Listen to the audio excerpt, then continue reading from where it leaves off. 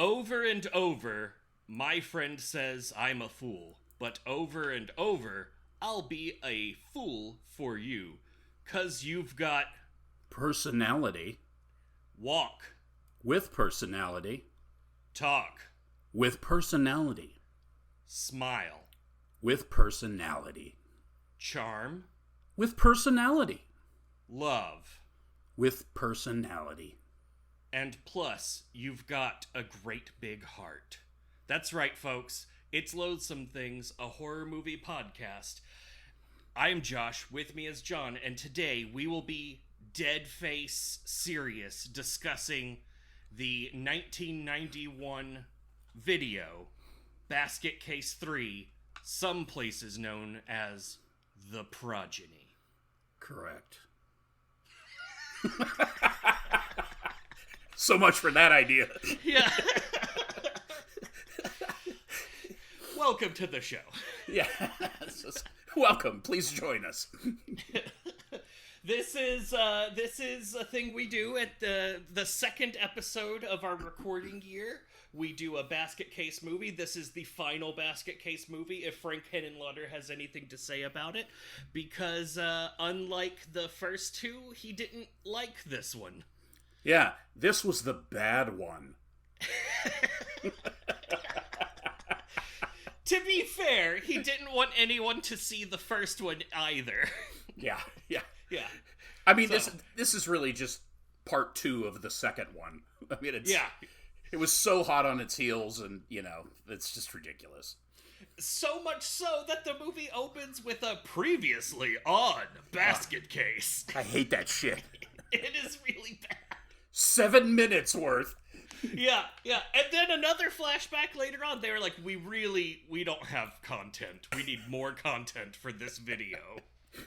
We learned some interesting things that we'll talk about throughout the course of this. Like, just as one little taste, that Frank Henenlotter really has a penchant for murder machines. Yes. Yeah. And that, honestly, the way that the murder machine comes about pissed me off a little. We'll get to that. Okay. It made me upset. Yeah. Let's see. So it's got all the people you remember from last year when we were yep.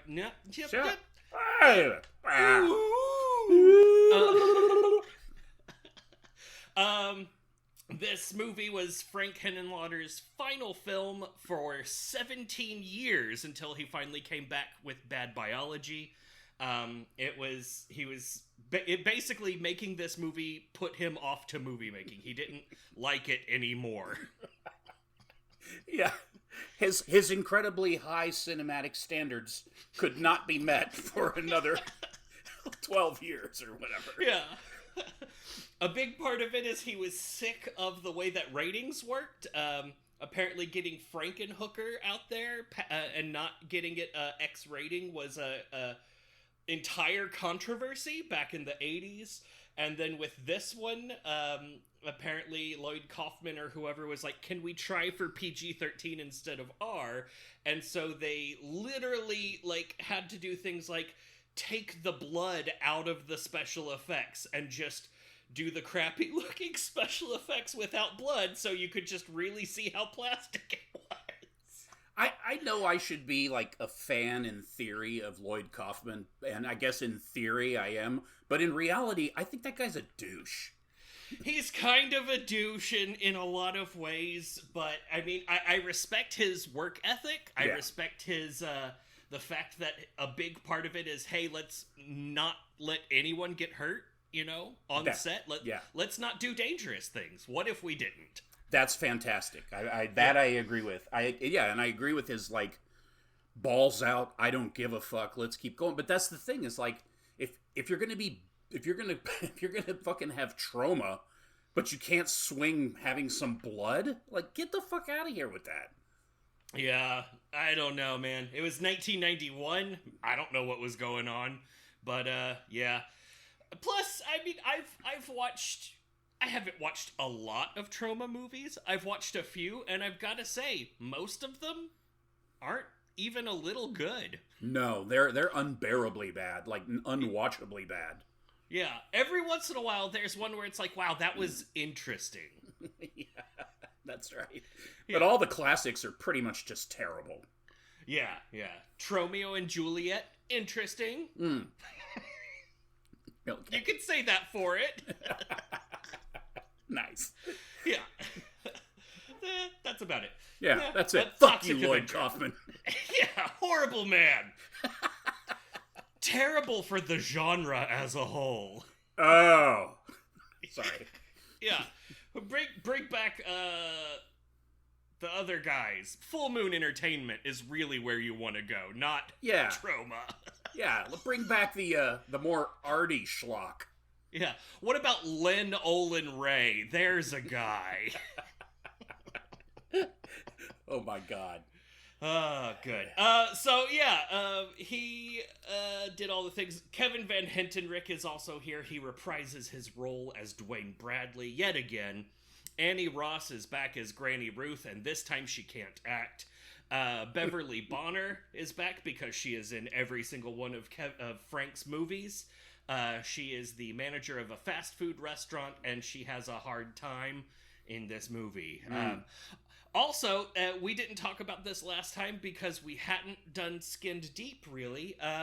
Gabe Bartolos is back as the effects supervisor for this movie.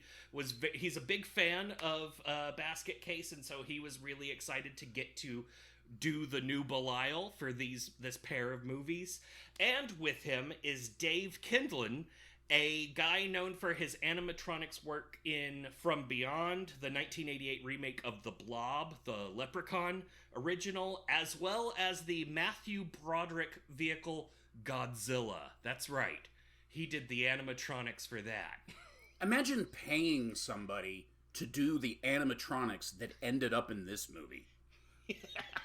It's hard to imagine. I mean, you could have just picked up some hobo off Skid Row and had him do it, and it would have been fine. Yeah, some piece of street trash, you might say. Some guy who did it for a bottle of Ripple. Yeah, the guy was like, it's alright, could I just stick my arm through here and wiggle it around? Nice. Animatronically. Just stick my arm in and wiggle it around. Perfect. Good. That's how we did all of the other movies. Roll them. After this, 1 year after this, Dave Kindlin would go on to make the titular creature for the famously bad Jim Wynorski film Munchie. Jesus Christ. Yes. And, well, I was going to say, I've got a lovely tidbit for the co-writer, Robert Martin. Ooh.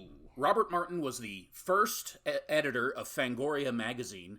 He played the guy in a wheelchair in Anthrax's video for the song Madhouse, and he's currently a blackjack dealer.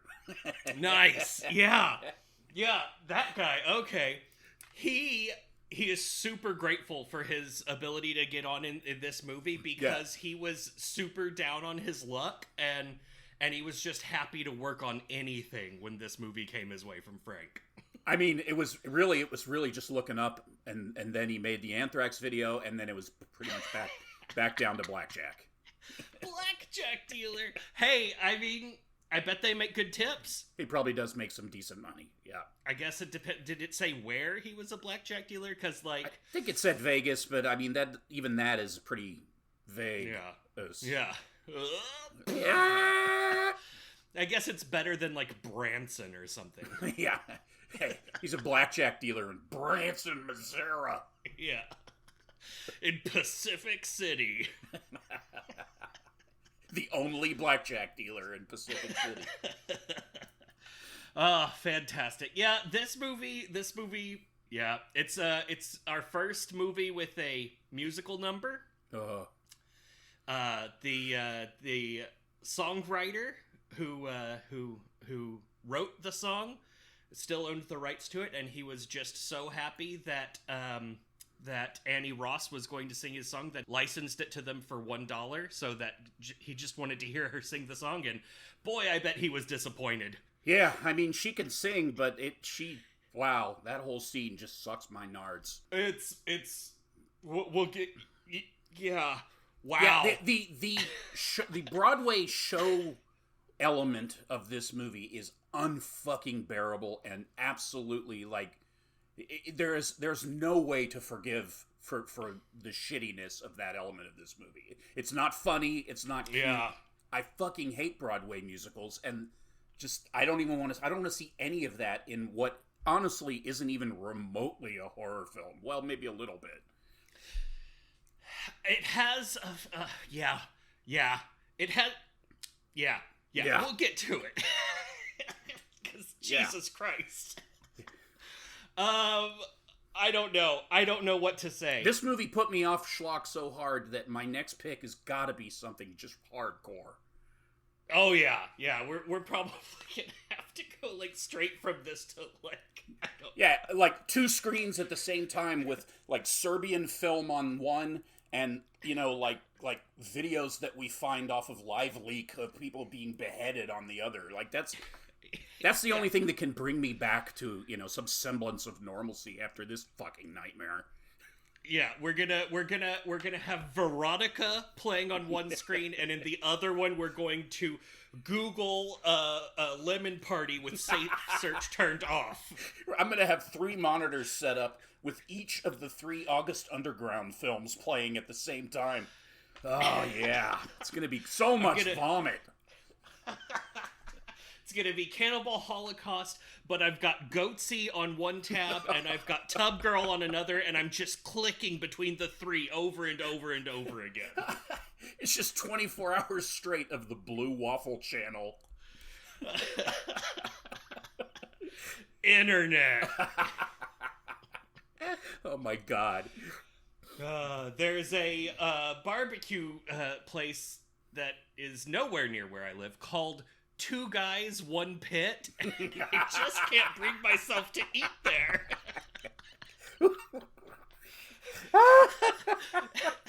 Oh, that's free press. Wow, that's horrible. Oh. Yeah. I imagine those 2 guys think it's very funny, or they have no idea. They're right, it is funny. Yeah. 2 Guys, 1 Pit.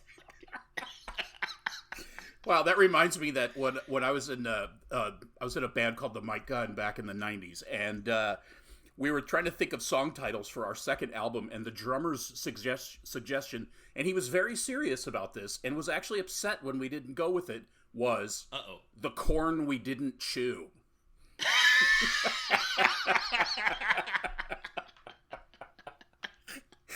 Whoa. Wow. Was that, I'm sorry, I missed, you said that was the band name? No, that was going to be the title for our second album. A second album, okay. As a band name, that would have been good, because then y'all could open for Korn. Oh my God.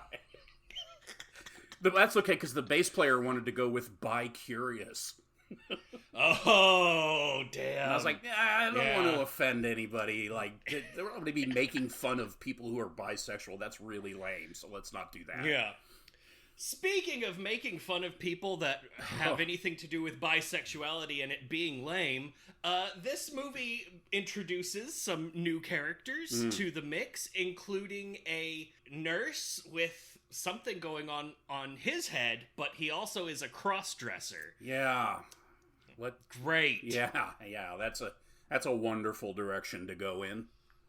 Yeah, there's a lot of focus on his nursing costume and the fact that he has hairy forearms and is effeminate in some of his mannerisms. It's like, was that good? Let's stay with the camp, please, if we could. Yeah. Yeah, forget the social commentary, you dickhead. Oh, fuck. But yeah, so that's this movie. Yeah. We've now summarized all of it, and we can move on to the next part. John, how would you rate this movie? 12 Jolt Colas. Oh, Jolt Cola, the official sponsor of this movie, which is apparently that came about because they actually couldn't stop drinking it. Yeah, go figure. Yeah. It's 1991, folks. Yeah. Oh, God. Anything else we need to go over before we get ankle deep in this nard? I don't think so. All right.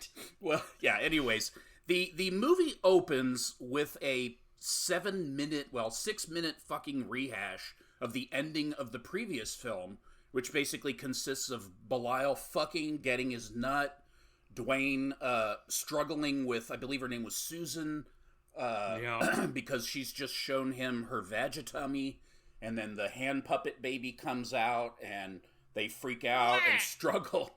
And she ends up falling out the window from second story, lands on the picnic table where Granny and the gang are having a party.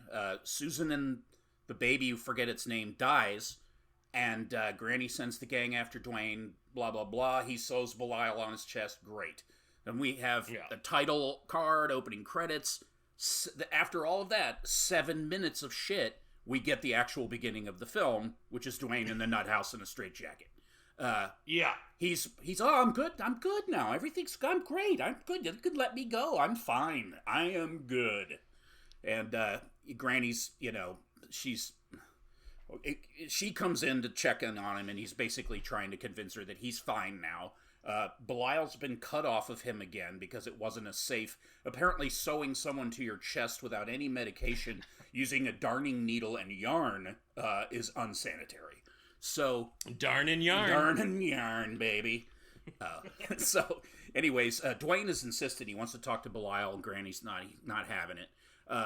Belial's girlfriend Eve, as it turns out, is preggers, and that's right. Duane is going to be an uncle. We see some new creatures. We see one that has like a brain head. The tumorous nurse that you referred to.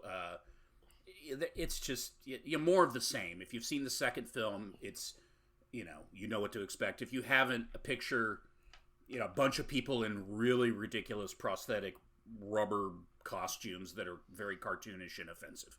I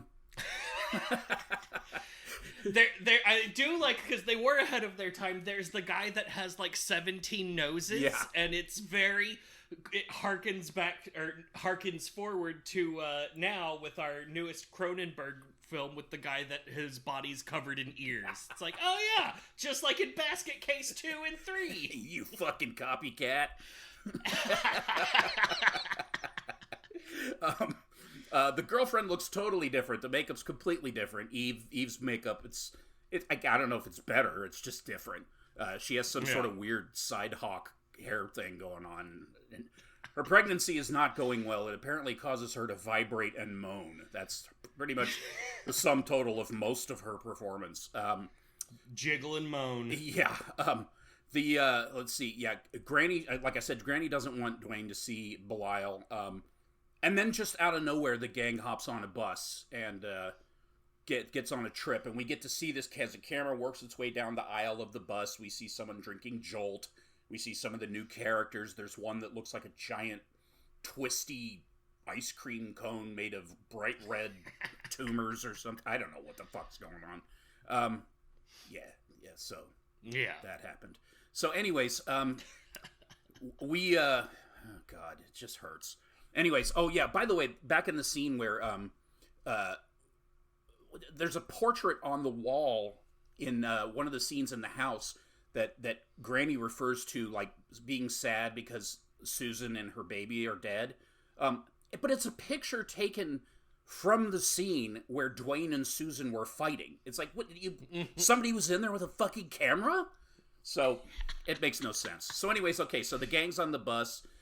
There's one character, by the way, called Mackerel, who it's a small person, who looks like a fish. It's real. Great. Yeah, it's really bad. There's this great line. Cedric, see? I see you brought your lettuce. Cedric, who looks like a black guy, so they named him Cedric, is obsessed with a head of lettuce. Yeah. Okay, whatever. So we end up, now we're at the Rockdale County Sheriff's Office. A Rockdale County Sheriff shows up at this big plantation-style house. The show was shot in, the movie was shot in Georgia, so... Now we're at a plantation house. He drops off some sort of fucking gadget that he says he found on the side of the road. That's for Little Hal. And he's talking to a dude named Hal, so, I guess Big Hal. He references a remote-controlled lawnmower that Little Hal made for him, a little nod towards Frankenhooker, which is nice.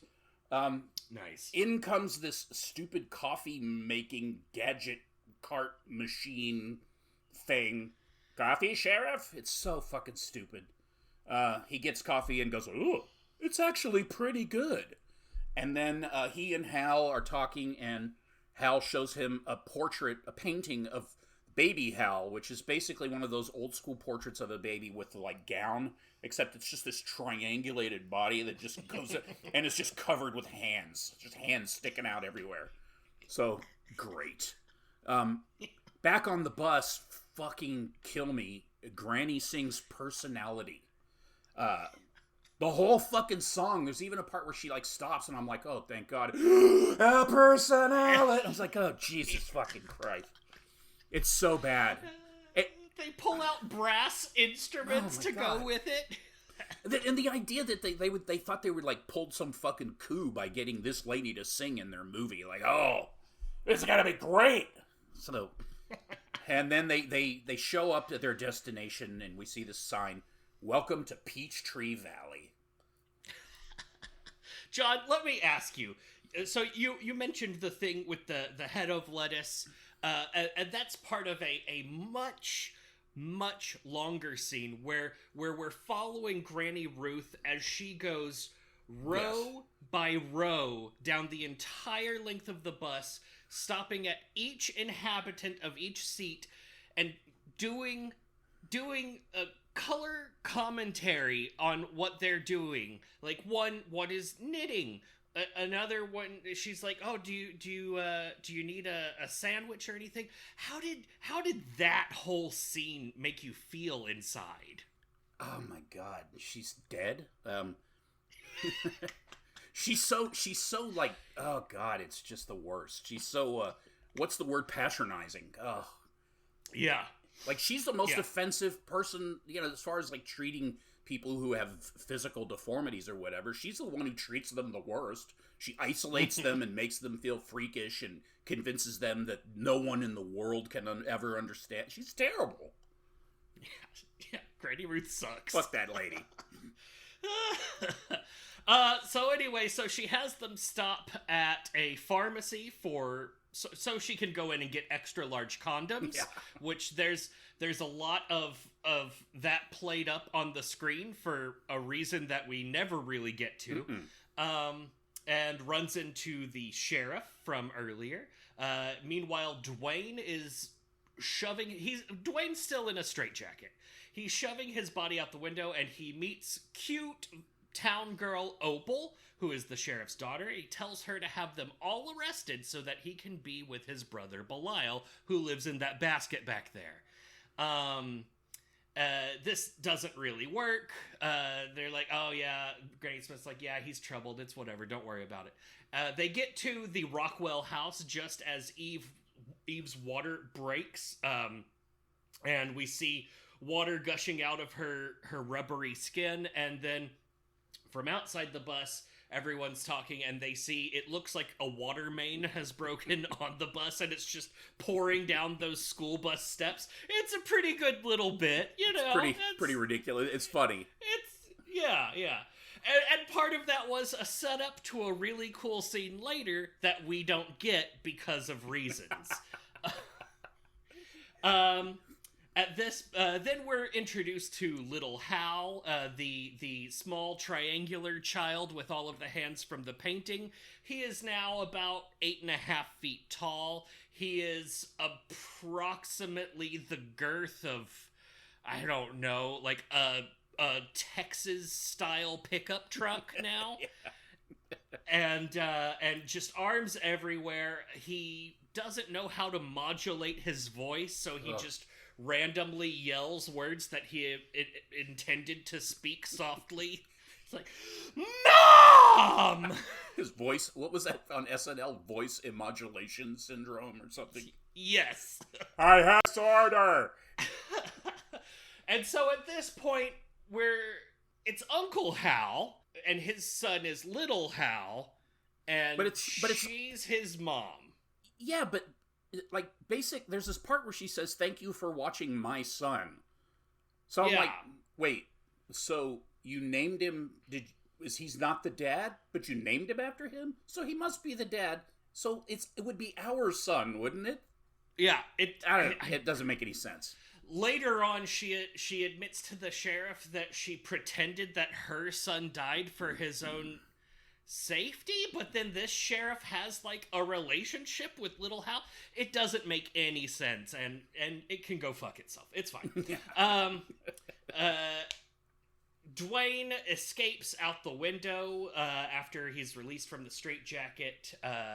Belial is brought out of his basket. We finally see Belial to witness the miracle of birth, but Uncle Hal's surgical getup sends him into a flashback to the movie 1 scene where he is surgically removed from Duane, and this causes him to go ape shit and, like, shred Uncle Hal's face. They sedate him, they lock him back in his basket in the garage or whatever. Meanwhile, Duane makes it all the way to the sheriff's station to try to get Opal to help him. Back at the house, the baby is born! Congratulations, Mazel Tov. It looks like a 1/10 scale Belial, but wait, there's more. That's right. It's not just one baby Belial, it is a string of baby Belials, like sausage links popping out of a just really obvious flap that they didn't try to make look like anything. You can just see when Eve is moving that the top half of the flap moves with her, and the bottom half is something else entirely. Oh my god. And they pull out the links of Belial sausage, all while little Hal is standing by taping the whole thing. And he's got a constant pattern of nonsense. So what happened here is he had written a poem and the actor had written a poem and suggested it to Frank Henenlotter. He was like, hey, what if little Hal reads this poem while the babies are being born? And Frank was like, yeah, fine, whatever. We're already doing a musical number. That's fine. So when they were filming it, he got the first line wrong. And so the rest of the poem wasn't going to make sense. And instead of yelling cut, Frank Henenlotter just kept the film rolling. So this scene is the actor panicking and trying to remember lines of his poem, but knowing that it's not going to work anymore and improvising, and the result is just painful. It's very strange. Yeah, like the one line is like, 8! There's 8 of them! Name one, Bob! He's so lost. 9! Isn't that fine? Yeah, it's real bad. Woo, and it takes a long time because there's a lot of babies that get born.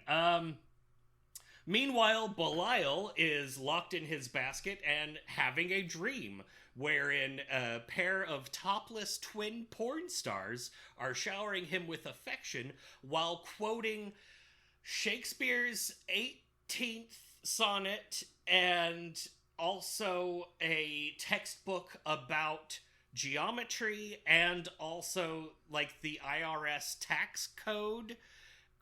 Because that's what he's into, I guess? I don't know. It's very strange. Like they fake tits and geometry. Yes, very 1991, like baconed tan tits of the wrong shape, of the classic 1991 fake tit shape. They're just not attractive at all. It's disgusting. They're the ones that like bulge all the way out. It looks painful to have to carry them around. They have their own gravity. Yeah. They end up waking him out of his reverie, and Granny Ruth brings him in and says, brace yourself, Belial. You're going to need a bigger basket.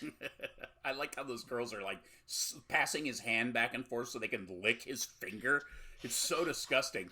And did you see that his I think it's his index finger, the nail isn't attached right, so as he's like caressing her butt, his fingernail keeps like popping back, and it looks yes, it's so bad. Oh my god. So I watched this on Plex, and there were a ton of ads. Oh my god, Smith and Hassler? Yeah, they went nuts. Oh, well, I did get the Texas Hammer. I don't know why I was seeing Texas commercials. That's Smith really and Hassler? What? William Shatner doesn't do anything like that. So I see a condom commercial, which was hilarious after the scene we just saw. And then I saw this commercial for some product that is used for, it's like a shaving cream for women's crotches. And so the commercial is this like tattooed hipster chick, and like they show her lift up her leg, like the whole shot. It's just her crotch, and she's got shaving cream like all smothered all over, and there's hair all over her thighs. I was just like, what kind of a commercial is this? It was a real commercial. Yeah. It was fucking amazing. Oh man, have you ever seen the commercials for bidets where it's like from a like, you know, like a 7 or 8 on the toilet, just like not having a bad time pooping? Oh my god, good stuff. Yeah. But anyways, yeah. So Belial sees his brood. He's very excited. Duane gets locked up, which he's very upset about, but he had been begging to be locked up earlier. It makes no fucking sense. And why did they lock him up in the first place? I didn't understand that. Well, you see. Oh, God. Never mind. So I love it. She lays this fucking line on him earlier where she's like, it's right. Okay to be different. What if I told you I would love you if you... And it's like, shut the fuck up. Yeah. But Duane liked it. He was like, really? Yeah. Oh. Yeah. So Kevin Van Hentenryck does a great job in this movie. Like, yeah, he really is funny in this movie. Only standout performance. Yeah, that's true. So yeah, he's locked up. He's upset. The cops they want some info about Belial. They find some like wanted posters and shit. They basically put 2 and 2 together and realize that Duane and Belial are the 2 that committed these horrible crimes back in Times Square, 100 years ago, and but only a couple movie years. And so there's $1 million reward for Belial's head, I guess. So these 2 cops decide that they're going to go to Doc Rockwell's place to capture Belial and get their reward. Back at the house, they're having a party because of the 12 or so babies that were born. Yeah. Belial makes a big mess in the kitchen because, that crazy Belial. Oh. And well, Granny's searching for Duane. Where's Duane? Where's Duane? Of course, Duane's been gone for, hours, it seems like. The cops arrive, sneak up on the house, which takes like 40 minutes. Yeah. They see the gang partying, and one of the cops says, "What is this, some kind of weird satanic cult?" Like, what? The fuck are you talking about? They find an open window. They crawl in the window. Of course, this is Eve's room. She's in there sleeping with the babies. Apparently sleeping quite soundly because they don't hear the cops talking at almost normal volume. One of the cops backs into the baby's bassinet, wakes them. Eve wakes. The party people hear. It's all hell breaks loose. They murder Eve. They murder her. Like, brutally, apparently. Except you just see her corpse later. And do they show them beating her? I'm trying to remember. No, they shoot her. Oh, that's it. That's right. They shoot her so hard that she, explodes as if she's got machine parts inside. Like there are sparks. It's like, that's right. What? Yeah. So, yeah, when they leave, she's, just a pile of latex, basically, on the bed. It's so obvious. Yeah. The gang, comes through the door. The cops grab the bassinet and take off out the window. It's very dramatic. It's very tense. I was very nervous. Sorry. They get chased to the car. They barely escape. Oh, Belial is very upset. Duane senses it because, he's linked to his brother whenever it matters for the movie. And then Opal decides that, she's so happy that she's locked him up. So she starts stripping down to her lingerie, which is garters and, lacy bra and panties and, and then the delightful body, attractive young lady, completely gratuitous, absolutely no point to it, opens up a cabinet next to his cell where she keeps all of her whips and handcuffs. It's like, what the fuck? That's her like go kit or something. So yeah, so this is her thing, I guess, is that she likes to lock guys up and then molest them. Great. Yeah. She has tattoos about it. One is like a pair of handcuffs and it says "Prisoner of Love." Oh my god. And it doesn't at all look like somebody painted it on her with makeup. Like, have you ever seen a fucking tattoo, dude? Never seen a tattoo before. It's like face painting. It's terrible. I mean, it actually is. I'm joking, but it's not. It's not even a joke. It looks like face painting. It's terrible. Yeah. Energy Angel. What a whore. Oh, sorry. So, this was her only acting credit, by the way. This is her movie premiere and finale. Oh my god. So she grabs her bondage gear so she can, quote, handle animals like you. Her dad shows up and gives her this line: "Put that blouse back on, young lady, and put that bullwhip back." He's so disappointed with her. She apparently keeps doing this. I know, he says something like, "When are you gonna stop this?" or something like that. He threatens to, quote, spank the daylights out of her. It's a very uncomfortable. And she's there in her underwear, and he's yelling at her, and it's very awkward. Rest of the cops arrive, or some other cops arrive. The two cops with the babies. The sheriff is yelling at them, basically, and he gives them this line, which I had to write down because it was just brilliant. And apparently when the sheriff was laughing so hard when they were trying to film this line that he had to leave the film set for a while. But this is the line. "You boys have been through a lot tonight. Bailey, you book the Bradley boy. Baxter, take the bassinet of baby Belial's back and get Brody to come by. Where's Brennan and Banner?" It's really good. It's great. The sheriff arrives at the Rockwell house, shoots his way in because they have this idiotic, like, telephone bell system to get in the door that I don't understand. Walks into a room. The whole gang is in there. They're in mourning. He's like drilling Granny for information. He's got his shotgun. Yeah, he is. Yeah. Little Hal, one of his inventions, or that cart again, I guess it's been modified, rolls into the room and lures the sheriff away. And then the sheriff leaves, everybody follows. They go over to Little Hal's room. He open the door, and there we see Little Hal in all his shirtless glory. He looks like the king of Tumor Mountain. Oh, he's all purple and discolored and really just sweaty. Gross. Yeah, it's unpleasant. Yeah. So then that happens, and then we hear him say, "Bye-bye, Sheriff." The police department, the cops turn out that these other cops like the babies.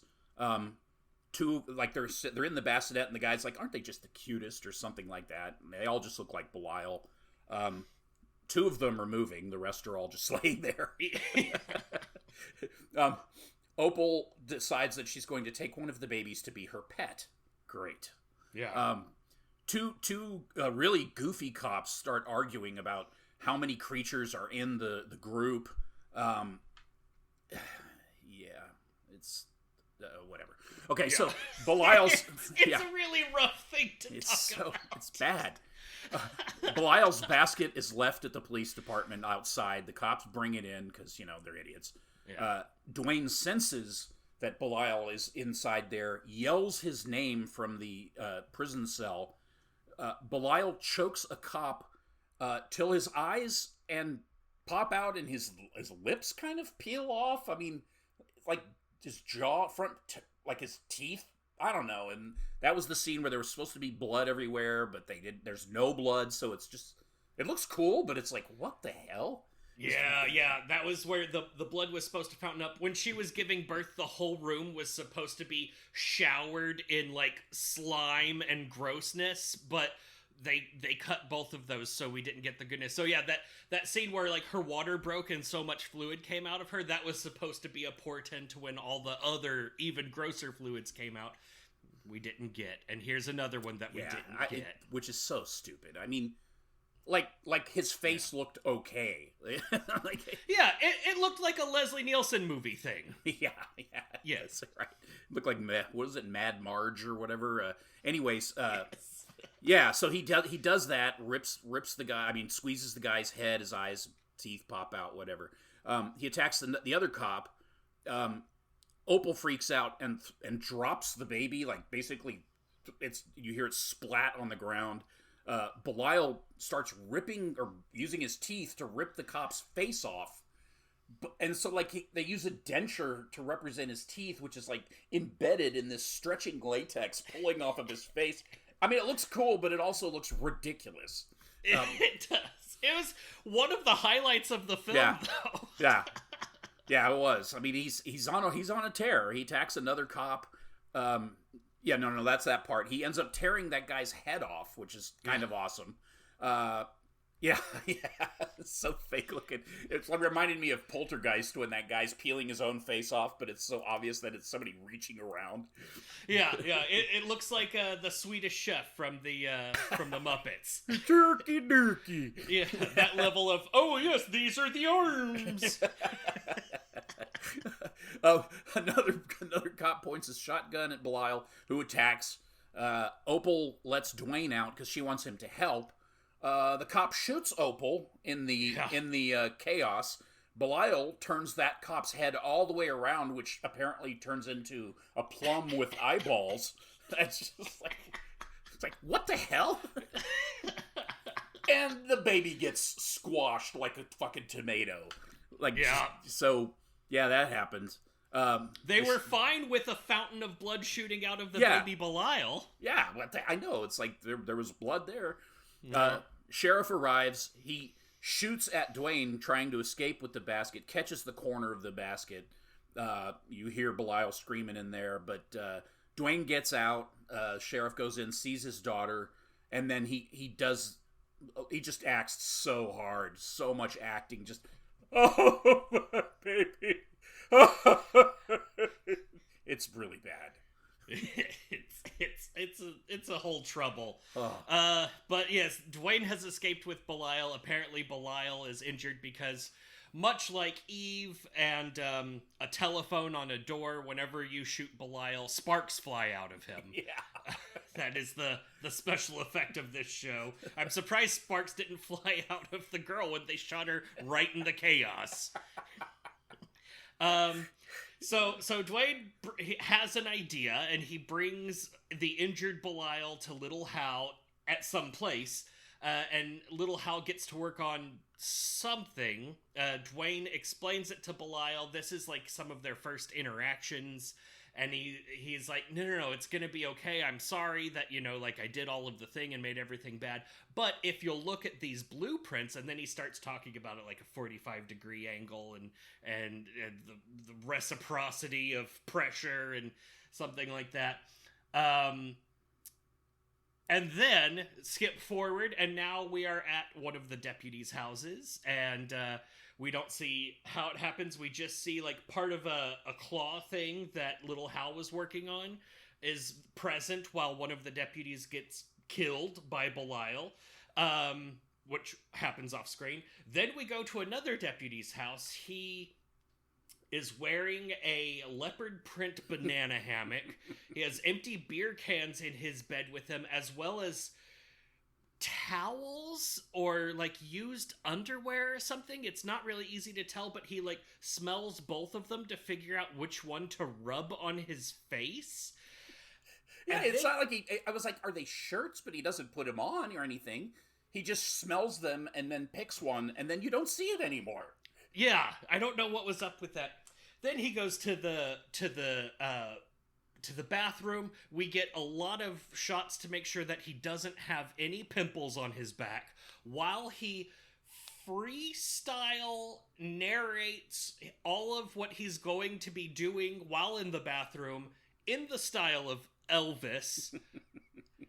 Until a rotary saw starts slowly sawing through his flimsy door, and then he is also attacked. We see that same claw from earlier it's like got him a little bit back and forth in the room behind as Duane is sitting at his table eating his cornflakes. Yeah. Jesus God. I don't know why. So that guy's dead. Both of the deputies that came in and killed Eve and took the babies are dead now. Granny Ruth riles everyone up for militarism at Eve's funeral, where more poetry had been read. Gory poetry, even. That's right. It was special. From those that remember, in 2, there's a whole scene where she works the troops up into a fervor, but it also talks about poetry. She's like, now she's a poet, so she doesn't have to do warfare. It's That's fine. Right. Yeah. That's her way. They show up at the sheriff's office to retrieve the babies. A deal is struck that the sheriff wants Belial, Granny wants the babies. So the sheriff and Belial will meet up tonight at midnight at the old abandoned factory at the edge of town. After striking this deal, they then invade a fast food restaurant where Beverly Bonner is the cashier, taking the order. Granny Ruth orders a lot of very specific food items very fast. Beverly Bonner struggles to keep up with the speed of her ordering in what is supposed to be some very comical business, but it's kind of not. Yeah, it's nice to see Beverly Bonner. It's not nice to see that they have no fucking clue what to do with her. Yeah, it's like, come on. Anyway, Beverly Bonner later went on to do such illustrious work as charging people to read lines with her of her scenes from the first Basket Case movie where they could be Duane and she could ask them, "What's in the basket?" Oh my God, really? Yes. If you watch the documentary What's in the Basket, they show her after her Frank Henenlotter career doing that. Like, she tours around probably the convention circuit and people read Duane's lines while she does her own lines from Basket Case 1. Wow, that's very sad. I mean, if she's able to do that instead of having to work, fuck yeah, do that. And that's true. That's true. You got a point. Yeah. Then we head to the aforementioned abandoned factory, which we now recognize as the place where Little Hal was building something, and that something is revealed to be a scrap metal mech suit that it's like an 8-foot tall mech suit that Belial operates from within, the way that Baby Yoda would operate his dead friend's body. And on top of it is dangling what I assume was supposed to be a real human head that he had torn off of the deputy. But since they weren't allowed to do blood in this scene, you can just see the white plastic or paper mache or whatever it is at the ends. And so it just looks like he dangled a cheap Party City Halloween mask from the top of his death machine. It's so bad. It's like, just don't use it if they're going to make you do that. If you didn't put it there, it would look better. If it just wasn't there. Or at least, yeah, like the idea is that he tore his face off, but it just looks like a shitty mask. They should have at least done the whole head or something. If they couldn't do blood, they could at least paint the neck a little bloody or something. Just paint the inside red. You don't have to have anything dripping. It's fine. It looks terrible. It looks terrible, and this movie didn't even get the PG-13. It still got rated R, so it was all for nothing. What the fuck is wrong with you? Oh my God, yeah, I'd be pissed too if I was Frank Henenlotter. Yeah, to be fair, if you watch that documentary I was talking about, What's in the Basket, he's like, oh yeah, no, this wasn't my fault. These are the conditions I was working in. He was like, now don't get me wrong, it's my fault because I made this movie. But also, like, the excuses, like, sometimes it's like, I don't know, that kind of sounds like maybe that was your fault, my guy. That one's on you, my man. Yeah. So then Belial and the sheriff do a very long, very silly duel where the sheriff, an old, short, fat guy with a shotgun, fights Belial, a even shorter, way fatter guy. Fights with a mech suit that has a clampy claw on one side, a circular saw on the other side, and surprise closed down bullet shield that is exactly in the style of the big bad guy from Skinned Deep, with those the riveted steel and the jagged corners. It's right there. We see you. We see you. What's your stupid name? Gabe Bartalos. Yeah. So they do a fight that looks like at a certain point the thing is so sturdy that this old sheriff guy manages to just rip Belial's mechanical feet out from under him and is about to kill him with the saw that he's pulled off of the machine's arm. But at the last minute, it gets knocked over into the basket of baby Belials, who then chew the sheriff to death. Good. Yeah. And of course we're not done, because now Granny and the gang crash a Geraldo-like talk show that is featuring some other people like them. They crash through the back of the set and announce that they're taking over, because Granny, of course, is a military dictator at heart. And that is, in fact, now the end of the movie. The end of Basket Case 3, The Progeny. Wow. That ending sucks so bad. It was really bad. It was just so fucking stupid. It was, yeah. You know, yeah. We were talking a little bit before we started recording, and I had said that, you know, I think I like this one better than the second one. And I guess I stand by that, but because there was some, like, I thought Kevin Henrik did a good job. He and did. There were, some of the gags were kind of funny to me, but you know, as we talk about it, it kind of occurs to me that I want to make no mistake, this movie sucks.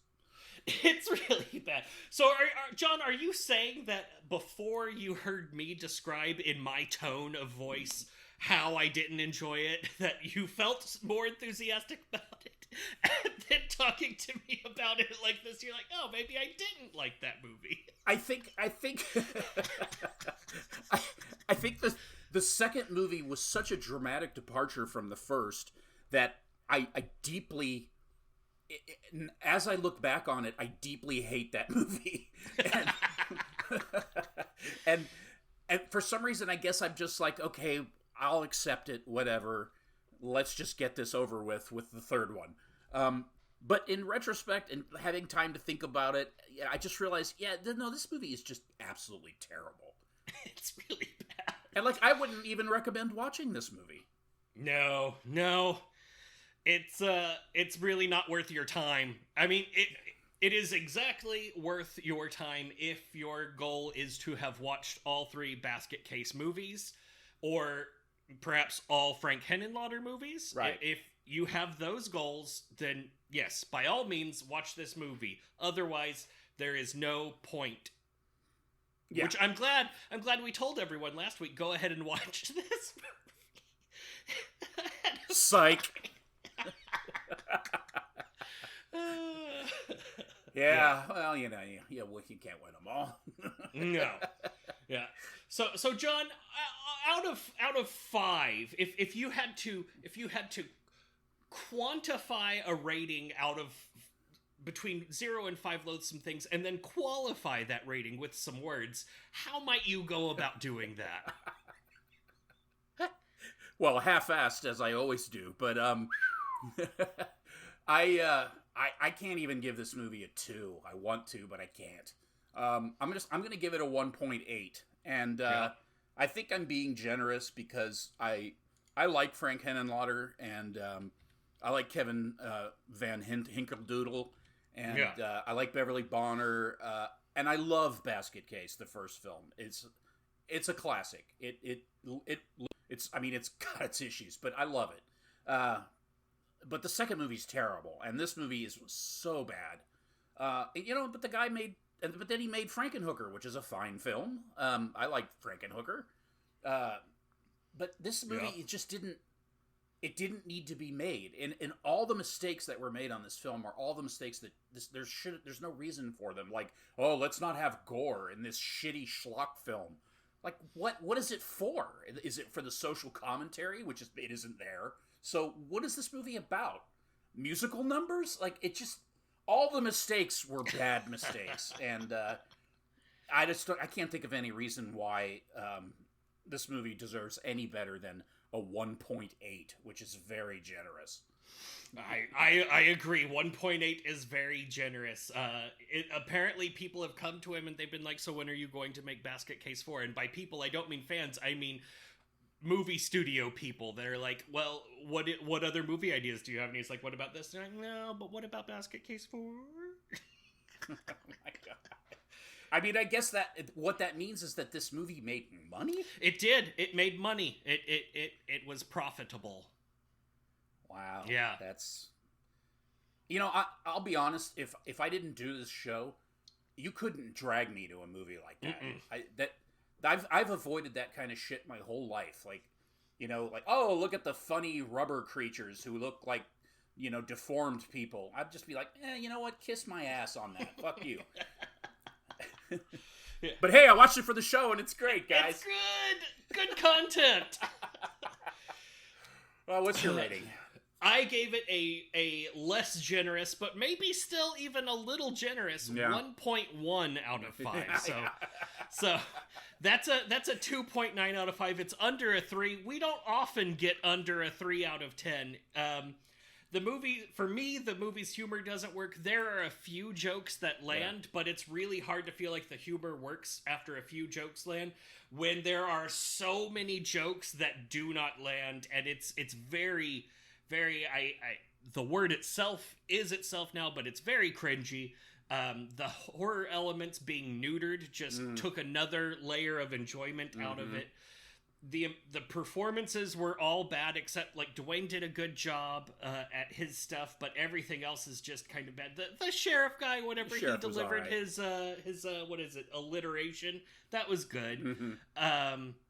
The costumes and props team were obviously having a good time, but it really seemed like no one else was enjoying themselves while making this movie. Yeah, someone passed out wearing one of those masks. It was too hot in there and stuff. Yeah. Like, that's really suffering for your art, isn't it?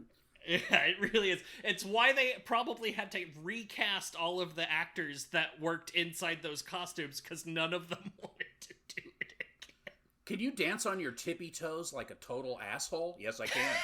You're in. Why, in fact, yes. Put this giant mask on. And for me, the biggest, most egregious sin of this movie is that we got the Murder Sled 2.0 that we wanted, but Belial didn't work on it. It was designed for him by some asshole. No, that's right. Whenever the whole thing is that Belial loves to make a murder sled. Yeah, that's a good point. I mean, I can't find flaw in the Murder Sled. It's the ultimate killing machine. Why didn't he reprise it? I know. It could have just... Look, you've got an abandoned warehouse. All you need is, like, a ramp, and then at the top of that ramp, a murder sled. And then you just slide it down, and then the sheriff would have been cut in half. It would have been great.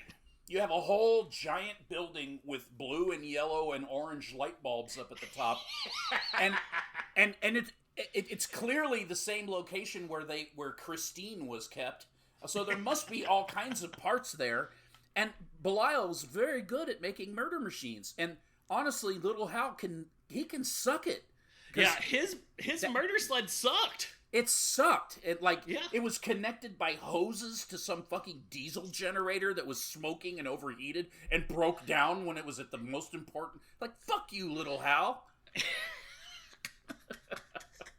The arm just comes off, the whole thing. Like, it's not even heavy enough that a sheriff can't knock it over by grabbing each of the ankles and doing a yoink. I thought that Dick Eater was a genius. And then, Belial is into, like, geometry and taxes and titties. I mean, okay, they were fake, whatever. It was the 90s. 91, come on. Yeah, I mean, but, otherwise, pretty smart dude. Yeah. Yeah, you got a point there. That's It's very sad. Yeah. 1.1. Yeah, 1.1, 1.8, 2.9, like 2.9. Just like in figure skating. 1.1, 1.8. And then someone's crying. What was the rating that we gave Intersect, which I'm assuming is our lowest rated film? I hope that this was not rated lower than Intersect, but you know what? I think there's an argument to be made that this is worse than Intersect. You know, you make a good point, because like Intersect has the benefit of not having a good expectation, you know, like not having something to live up to other than like a documentary about atheism. Yeah, I wasn't surprised that Intersect sucked. Yeah. Let's see. You gave Intersect a 1 out of 5. I gave Intersect a 0.5 out of 5, so 1.5 out of 5 total. So this movie almost doubled the total score of Intersect. We were so offended by that movie. It's really bad. I wouldn't be surprised if Nate showed up in this movie and he'd be like, "That invention is dumb! How many times have I been shot?" Fuck. Yeah. Wow. That was... All right. Okay. Yeah.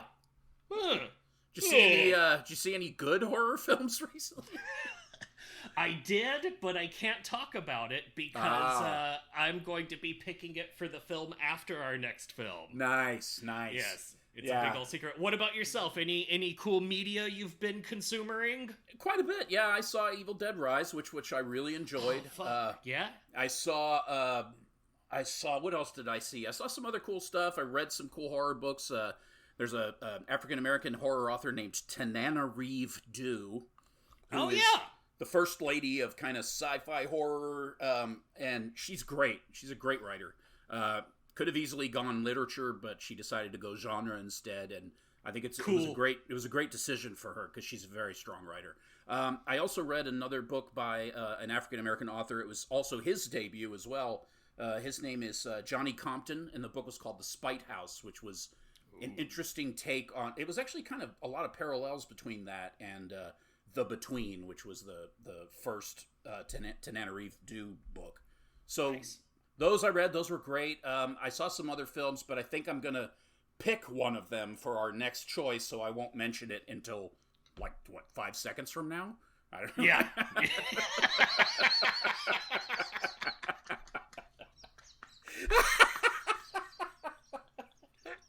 Oh my God. That's good. I am so fucking stupid. Oh, that's really good. Woo! How about that suspense? Woo! Kept them on the edge. Just edging our listeners. Hold it. That's the Loathsome Things promise. Loathsome.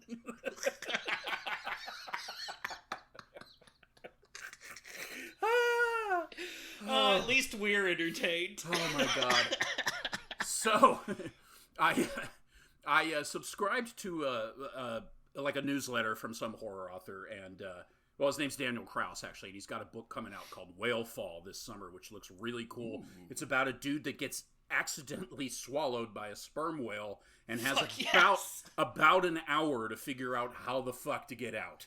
Nice. Yeah, and it's been getting great reviews and stuff. I'm looking forward to it. But I signed up for his newsletter, and what he does is he gives you a free download, basically, his 10 favorite horror films, even though they weren't all horror films, that you've never seen. As it turned out, I actually hadn't seen any of them.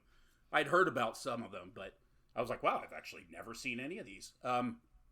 One of them was a French film, a body horror film, and the movie... the title is, in English, is In My Skin. In French, it's Dans Ma Peau. And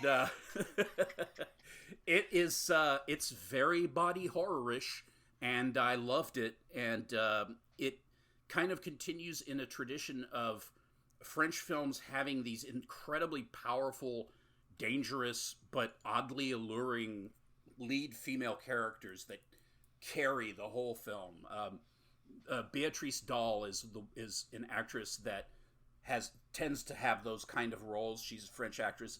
The actress in this movie, her name is Marina Devan, and it's basically just about a woman who hurts herself and basically develops this obsession with the wound. I'll put it that way and leave it at that. I fucking loved it. It's very dark, but it's also well made and a lot of entertainment. I was gonna pick something. I was thinking about picking something lighter, but I think I just had to go a different direction after this last one. I mean, it was just, I was like, okay, no more. I need to do something not silly. I wasn't going to pick some of the really radical stuff that he had on his list because I've seen some of those movies. I like some of them. Others I don't. There is a movie that I saw that wasn't on that list called The Golden Glove, which is about it's based on the story of a real German serial killer, and it's the guy that plays the murderer is, in real life, he's very handsome, but they put like prosthetics on him and stuff so he looks like the actual killer. And Nice. That movie is so gritty and just like, that one's pretty disturbing too, but I'm going to go ahead and go with Damapo. Nice. That's the movie that you told me about that I then Googled and I watched all of it.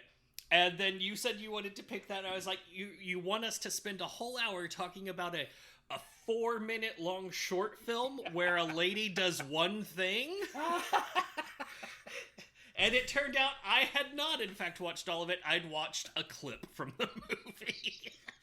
You can find it for free out there. It's the version that I found doesn't look great. I watched most of it for the first time on my phone. Looked better on my phone because the screen was small. So, but you can find it out there if you look. Otherwise, you can find. I think it is available for rent too as well. And of course, you're going to get a much better cut. And but I have a lot to say about that movie, and I'm kind of excited. Of course, it'll be harder to talk about than this one because it's serious. So that's okay. We'll probably end up having more fun talking about it than with this one, because we probably won't be rolling our eyes the whole time. Heavy sigh. Yeah, and it leaves the door open on certain things so that you're not just spoon fed everything. There's a lot that you kind of you're forced to think about with it. So. But it's not a difficult film either, so it's, difficult to understand. It's difficult to watch. No. But anyway, so what about you? Did you see any good stuff? What were you just said the one that don't want to talk about yet. I did. I remembered now, when you said French, I remembered that I went ahead, I watched Livid, which is a older movie by the directors Julian Maury and Alexander Bustillo, and they more recently did the movie The Deep House. Which was a cool movie. Yeah, it wasn't bad. It was creative. It was a little bit one-dimensional for how three-dimensional it was. Like, go into a creepy house. Guess what? It's creepy. It's one of my like soft spot areas, like underwater horror, which is almost always bad. But they did a good job with it. They really did. However, if one of your favorite facets of that movie is that it's underwater, then I would not recommend watching Livid, their earlier movie, which is just the exact same thing, but not underwater. Really? Yes. It's about a rich lady who lives in a giant old house, and she is on life support. She is not wakeful, and around her neck hangs a mysterious key, and none of her caretakers can figure out what door the key works for.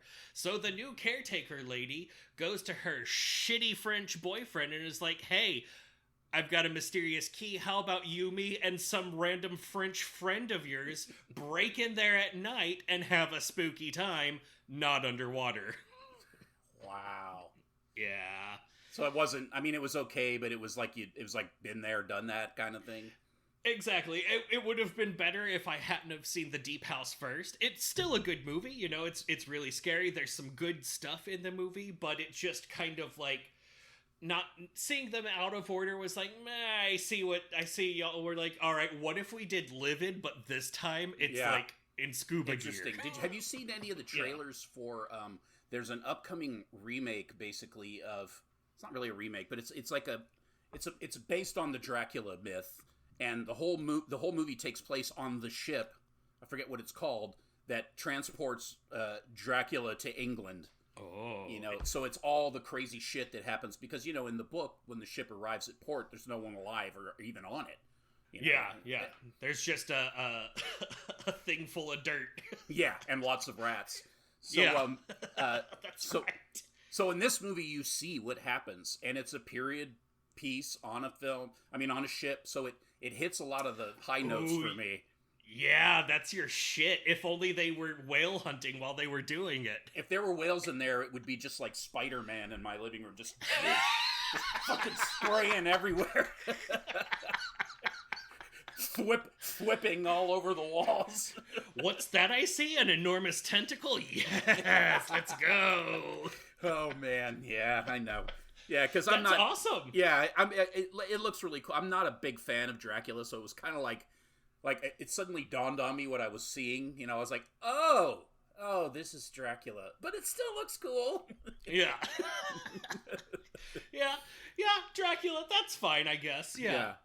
He's got his Transylvanian dirt. That's good. Great book. Has spawned some great movies. It's just overdone. That's all. That's true. And honestly, a lot of those movies are just impossible to watch. I know I'm in the minority here, but that one Dracula movie with like Keanu Reeves and the plastic muscle outfit suit and thing. Yeah, and the like Alice in Wonderland hair, like I can't do it. It has some of the costumes are okay, some of the settings look cool because he had the money, to make them look cool. But then he does weird shit like hire Keanu Reeves, who's completely out of place, and and God bless Keanu Reeves, but he's completely out of his element.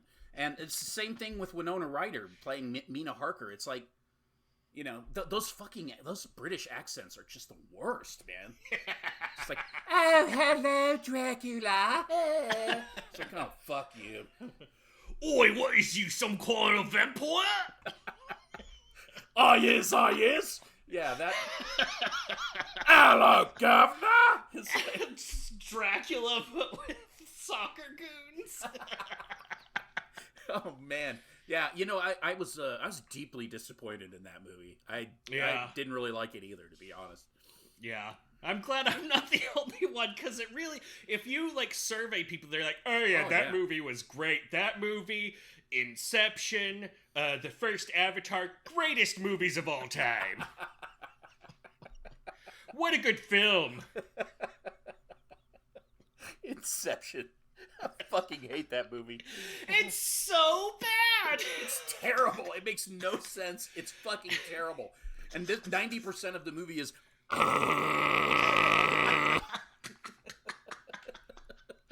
and people that are have you seen the meme where you've got the really stupid people on the left and the genius on the right, and in the middle is the loud majority of everyone? That's the people that are saying that Inception is a good movie, and the guy on the left is like, I don't understand it, and the genius on the right is like, I don't understand it, and the people in the movie are like, you just don't understand it. Oh, man. Yeah, that movie fucking sucks. Yeah. Fuck that movie. Yep. Yeah. Movies are bad. And fuck everything else. Yeah. Yeah, you know what? I'm sorry you all have to die.